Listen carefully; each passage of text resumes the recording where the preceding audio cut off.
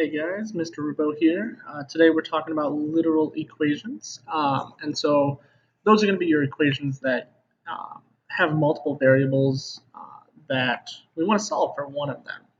So we're just going to do a quick talk about how we're going to do that. So you've done this probably hundreds of times by now, but we'll be given some equation.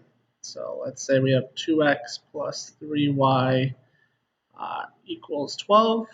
And in the directions they're going to say solve for one of the variables, we're going to go ahead and solve for x.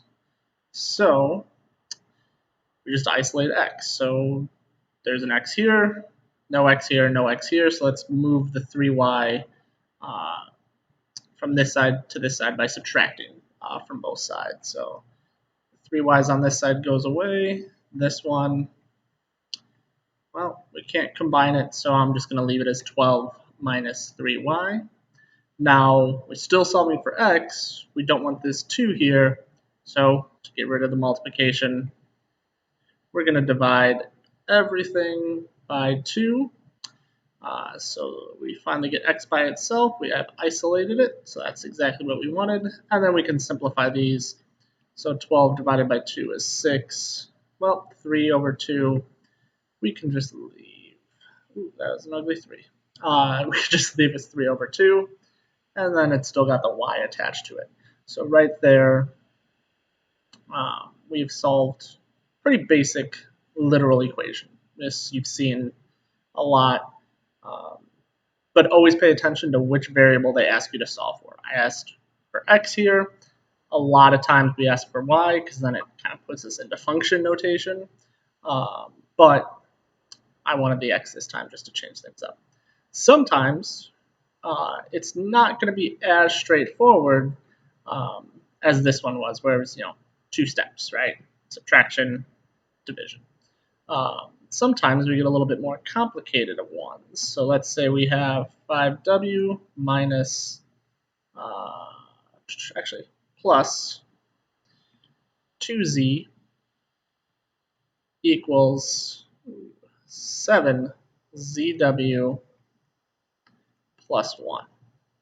So here, I want to solve for w. Now the problem is, we got w's on both sides of the equation. Well, first let's move everything to one side that has a w and everything that doesn't to the other side. So just because I like having my variable on the left side, I'm going to go ahead and move. I'm going to subtract the 7zw from both sides, and then I'm going to subtract this 2z from both sides. So this comes over minus 7zw. This goes over here, get 2z. And now that I have my w's on both sides, if this z wasn't here, I could combine them, right? But the z is what ruins this from being a nice simple step.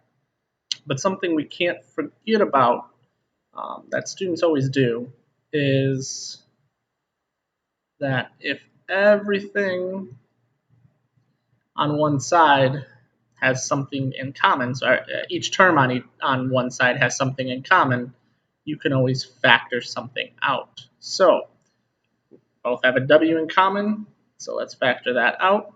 And that's kind of helpful because we want w by itself. So this first term, we took out the w, so it's left with 5. This term, we taken out the w, and we're left with negative or minus 7z. The right side we didn't do anything with because we can't combine like terms. There's no simplifying. So now, at this point, this whole thing in the parentheses here, it's just something, right? We don't know what it is, at least in context of this problem. We don't know what it is, but we do know it is being multiplied by w. So just like in this simpler one, when we had 2 multiplied by x, to get rid of the 2, we divided everything by it. Same thing here. So in this case, we're going to go ahead and divide both sides by that thing in blue, that something, which is the 5 minus 7z.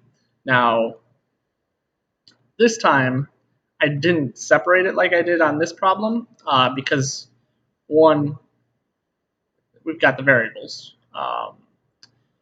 So it wouldn't simplify. And two, like, because this was two terms, you want to be careful because this is your denominator. So if you were to split it up, you have to make sure this stays your denominator in each things. So like how we had 2 as our denominator here, you would have to have 5 minus 7z, 5 minus 7z, and then the only thing you could do is combine the numerators since they have a common denominator. So we don't have to do that here. We can just go right to our answer though.